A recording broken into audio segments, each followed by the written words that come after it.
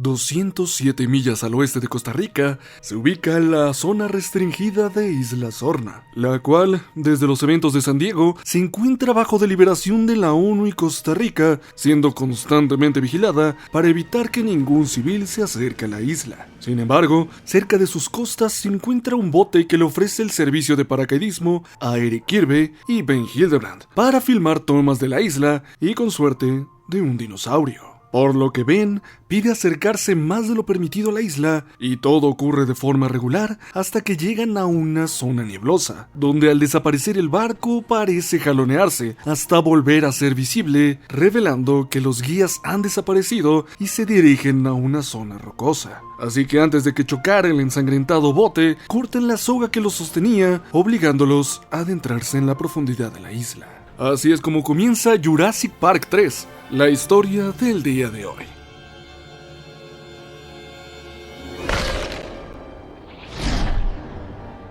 Un saludo a toda la banda, mi nombre es Isaac para Undergeek y me alegra comentar que con esta historia terminamos con la primera trilogía de Jurassic Park. Si no han visto las primeras dos partes, estarán disponibles en las tarjetas y en la lista de reproducción en la descripción. Si les ha gustado el camino que ha tomado llegar hasta aquí, por favor suscríbanse, dejen like y compartan con algún amigo que también le encanten los dinosaurios.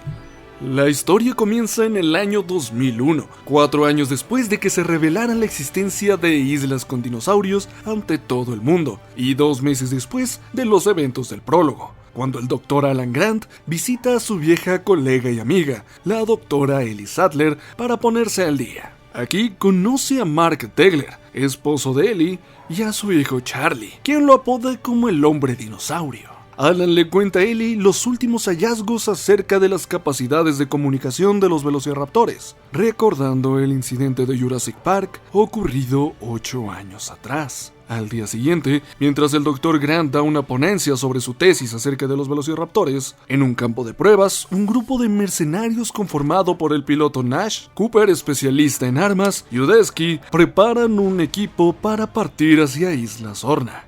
Horas después, Alan regresa a Montana con su grupo de excavación, donde es recibido por su asistente, Billy Brennan, quien le muestra una impresora 3D que ha podido reproducir la cámara de resonancia de un velociraptor, y le advierte que solo cuentan con 3 semanas de presupuesto para la mudanza del fósil en el que trabajan. A su excavación llega Paul Kirby para ofrecerle un trabajo al Dr. Grant, quien para comenzar acepta una cena con él y su esposa, Amanda Kirby, con Billy como su acompañante. Durante la cena, la excéntrica pareja le pide al Dr. Grant que sea su guía en un viaje por su aniversario de bodas sobrevolando la isla Sorna, dejando un cheque en blanco a criterio de los paleontólogos. Después de varias horas de vuelo en un avión rentado, el grupo logra llegar a la isla, y el Dr. Grant, apenas despertar, comienza a describir las criaturas que ven en las llanuras: una manada de braquiosaurios, stegosaurios, parasaurolophos y triceratops. Sin embargo, los Kirby parecen no poner atención y hablan con el señor Udesky sobre rodear la isla, mientras Nash ignora todas las advertencias de la torre de control de Costa Rica, quienes les ordenan abandonar el espacio aéreo de Sorna. Y Cooper comienza con los preparativos para descender y crear un perímetro en tierra. Esto alerta a Alan, ya que está prohibido poner pie en la isla, y cuando trata de acercarse a averiguar qué es lo que sucede, es noqueado por la espalda con un golpe de Cooper. Al poco rato, Alan se despierta sabiendo que ya han aterrizado, porque afuera, Amanda le grita a un megáfono a todo volumen llamando a Eric y a Ben, mientras Nash, Udesky y Cooper se adentran en la jungla para establecer su perímetro. Alan reclama el golpe, el haber aterrizado y el ruido de Amanda, hasta que a la distancia se escucha el rugido de una criatura más grande que un tiranosaurio. Nash y Udesky aparecen de entre los árboles corriendo y gritando hacia el avión, advirtiendo al resto del grupo que deben despegar inmediatamente. Ya en el avión encienden los motores y se preparan para despegar cuando repentinamente Cooper sale malherido de la selva, suplicando que no lo abandonen. Sin embargo, ya es tarde para que Nash detenga el avión, y persiguiendo a Cooper, llega a la pista de aterrizaje un enorme dinosaurio carnívoro que devora al mercenario. Nash trata de elevar el avión, pero una de las turbinas se dañó al golpear la aleta del dinosaurio, así que terminan estrellándose contra la cima de un árbol en lo profundo de la selva. Aquí inmediatamente Nash y Udesky tratan de pedir auxilio a la torre de San Juan, pero la radio se dañó durante el accidente y no obtienen respuesta tampoco desde el teléfono satelital de Paul Kirby. De repente, el dinosaurio de la aleta enorme reaparece y ataca partiendo la parte frontal del avión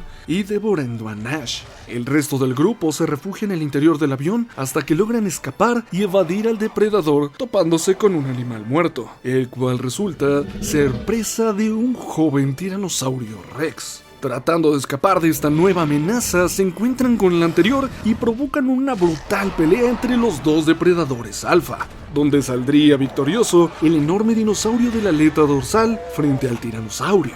El grupo logra escapar y Alan golpea a Paul exigiendo que le digan la verdad. Entonces los Kirby revelan que están buscando a su hijo Eric, quien desapareció en la isla hace 2 meses cuando volaba en parapente en compañía de Ben Hildebrand, novio de Amanda, ya que los Kirby llevan divorciados ya 1 año. Empresas Kirby no existe y que ya habían acudido a todas las entidades de rescate sin haber recibido ayuda alguna. Por eso es que recurrieron al Dr. Grant y a Brennan. Alan les explica que él nunca había estado en la zona B. Escribió un libro sobre su experiencia en el incidente de Jurassic Park en Nubla, no en Sorna. Así que ahora, sabiendo la verdad y habiendo revelado lo que se necesitaba, el grupo regresa donde los restos del avión para recuperar parte de su equipo. Aquí Alan y Billy describen al dinosaurio que los atacó. Billy teoriza que pudiera ser un Suchomimus o un Baryonyx debido al hocico alargado, pero Alan evidencia que se trata de un espinosaurio, especie que no se encuentra en la lista de criaturas recreadas por InGen, así que ahora podrían encontrarse cualquier tipo de nuevas amenazas en la zona B. La principal prioridad es escapar de la isla, además de encontrar a Eric, así que para comenzar, el grupo toma rumbo hacia la costa, cuando en el camino se encuentran con los restos de Ben, el paracaídas en el que aterrizaron y la cámara de Amanda, quien al encontrarse con el cadáver de su novio, sale corriendo horrorizada, seguida por Paul tratando de calmarla. Mientras tanto, Alan, Billy y Udesky se quedan atrás para recuperar el paracaídas, hasta que los Kirby llaman al Dr. Grant para mostrarle que se han encontrado con una zona de anidación de velociraptores, lo que alerta al grupo. Billy se queda atrás por unos segundos, mientras el resto tratan de alejarse lo más rápido posible. Un par de horas después, se encuentran con un laboratorio abandonado de InGen con la esperanza de encontrar algún teléfono o radio que aún funcione. Sin embargo, solo se encuentran con que son acechados por un velociraptor. Tratan de escapar entrando a la zona del criadero del laboratorio, donde dejan atrapado al raptor, quien comienza a llamar al resto de su manada. El grupo huye hacia el bosque provocando una estampida de Parasaurolophus y Corythosaurios que los obliga a separarse. Billy pierde su mochila, pero Alan la recupera mientras Udesky es atrapado por los raptores. Paul, Amanda y Billy tratan de llamarlo desde la altura de los árboles, ya que alcanzan a verlo tendido en el suelo, aún con vida. Amanda trata de ayudarlo, pero resulta ser una emboscada, así que los raptores terminan con Udesky enfrente de los demás y se retiran en respuesta a otro llamado. La manada de velociraptores encuentran al Dr. Grant y lo acorralan sin atacarlo, hasta que de entre la vegetación aparece Eric Kirby con una granada de gas que ahuyenta a los raptores y les permite escapar hasta su refugio en un camión cisterna. Aquí Alan trata de recuperar el aliento y se presenta con Eric, con quien platica acerca de sus libros y cuál le gusta más en comparación con el del Dr. Malcolm. Mientras por otro lado, Amanda, Paul y Billy deciden mantenerse en las alturas hasta que cae la noche. A la mañana siguiente, Alan y Eric toman rumbo hacia la costa, donde planean encontrarse con el resto del grupo. En el camino logran vislumbrar un barco a la orilla del río y deciden buscar la forma de bajar hasta él, cuando Eric escucha a lo lejos el teléfono satelital de su padre y corre hacia él llamando a sus padres. A la distancia, Paul y Amanda escuchan a Eric llamándoles y corren hacia él hasta reencontrarse, aunque se encuentran separados por una valla de contención. Aquí, Paul se extraña de que Eric reconociera su ringtone, ya que él no trae el teléfono consigo, sino que se lo había dado a Nash en el avión, y es entonces cuando lo vuelven a escuchar desde las entrañas del espinosaurio. Alan y Eric corren hasta lograr pasar al otro lado, y el espinosaurio destruye la barrera pasando a donde se ha reunido el grupo. Así que estos deciden encerrarse en un edificio mirador que estaba cerca y logran una vez más evadir al depredador. Ya reunidos, Billy le pide al Dr. Grant que le devuelva su mochila ya que no está seguro con ella, lo que provoca que Alan la abriera y se encontrara con 2 huevos de Velociraptor que Billy había robado del nido que encontraron. Por eso es que los raptores los han estado siguiendo sin asesinarlos. Billy se excusa con que su intención era venderlos y así poder financiar sus investigaciones por unos años más, pero de cualquier forma, Alan se siente molesto y decepcionado, así que conserva los huevos por si se vuelven a encontrar con los raptores. Y por lo mientras, siguen camino al bote. El grupo comienza a bajar por las escaleras del mirador para poder llegar al río cuando llegan a un puente en el que son atacados por un pteranodón, revelando que se encuentran en una enorme jaula que funge como aviario. Eric es atrapado por el pteranodón y llevado hasta su nido, donde sus crías tratan de devorarlo. Mientras por otro lado, Billy se prepara para usar el paracaídas y salta del puente para rescatar a Eric, quien logra ponerse a salvo, mientras Brennan queda atorado en un acantilado. Se desengancha para caer al río, pero termina siendo atacado por el resto de pteranodones, dándoles el suficiente tiempo para escapar, aunque dejando accidentalmente la puerta del aviario abierta. El grupo llega al barco, y una vez a bordo logran encenderlo. Así que se ponen en marcha río abajo, rumbo a la costa. Aquí, Alan y Eric tienen un momento para conversar acerca del compañero del Dr. Grant, y se dan el tiempo para contemplar a los dinosaurios de la isla. Al caer la noche, el grupo escucha nuevamente el teléfono de Kirby, pensando que el espinosaurio estaba cerca, pero resulta que el sonido proviene de una gran pila de excremento, así que se apuran a buscar el teléfono antes de que dejen de sonar. Encuentran accesorios y partes de los mercenarios hasta que Amanda encuentra el teléfono, momento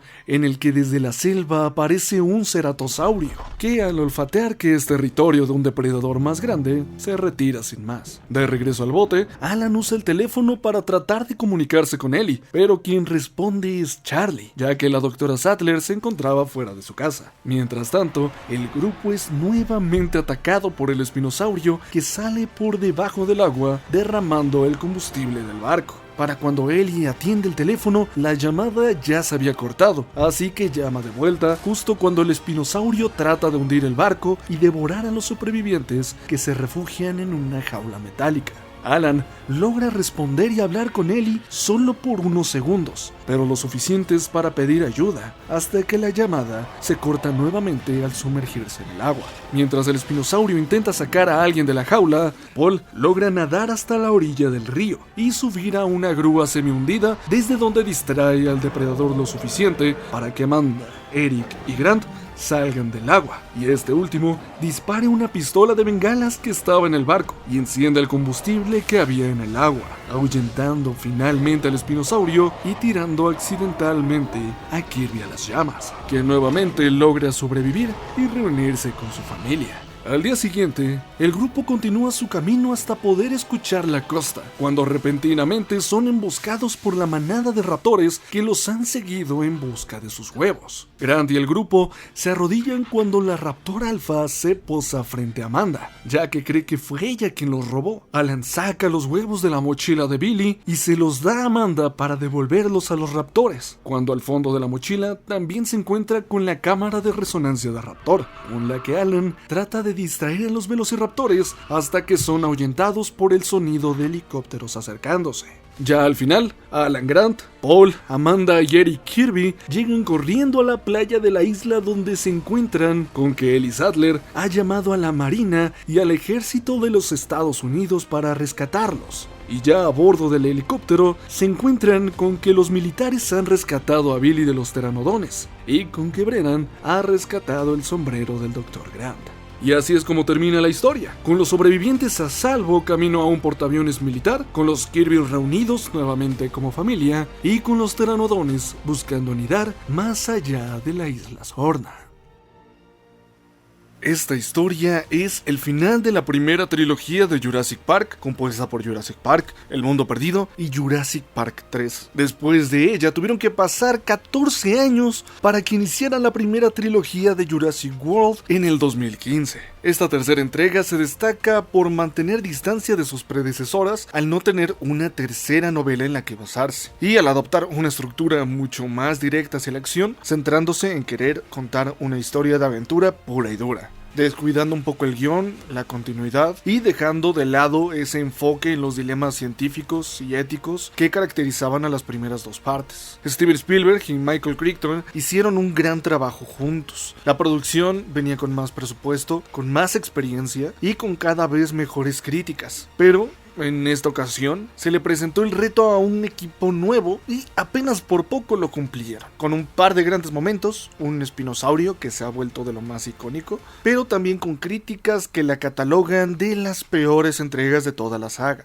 Para mí solamente es la más sencilla. En parte, esto se debe al caos que fue la preproducción. De hecho, hay escenas que se grabaron sin guión y se nota mucho en el resultado final, con una estructura muy desorganizada y un ritmo también apresurado, siendo también la película más corta de toda la saga, con solo 1:30 de duración.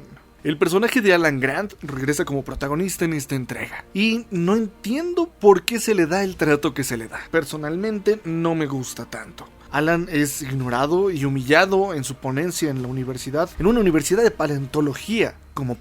Es una eminencia científica como paleontólogo, y encima este paleontólogo escribió un libro sobre sus experiencias en el incidente de Jurassic Park. Malcolm, Ellie y Grant deberían ser por demás respetados como profesores y como ponentes. Aunque debo decir que me encantó ese momento de satisfacción de Grant por saber que a Eric le gustó más su libro en comparación al de Malcolm. Me parece un momentazo, me gustó. Aún así, afirmaciones como la de que los raptores podrían haber sido más listos que los primates suena un poquito rara para ser dicha por Alan Grant. Igual la construcción de la primera escena en la que se presenta a Charlie. La escena se construye de tal forma de que parezca que Alan y Ellie son pareja, pero de la nada metes un esposo que pudo haber sido o no de ayuda al final. Personalmente todo este montaje es un error. Pudieron haberlos casado, hacerlos familia, todos contentos, felices.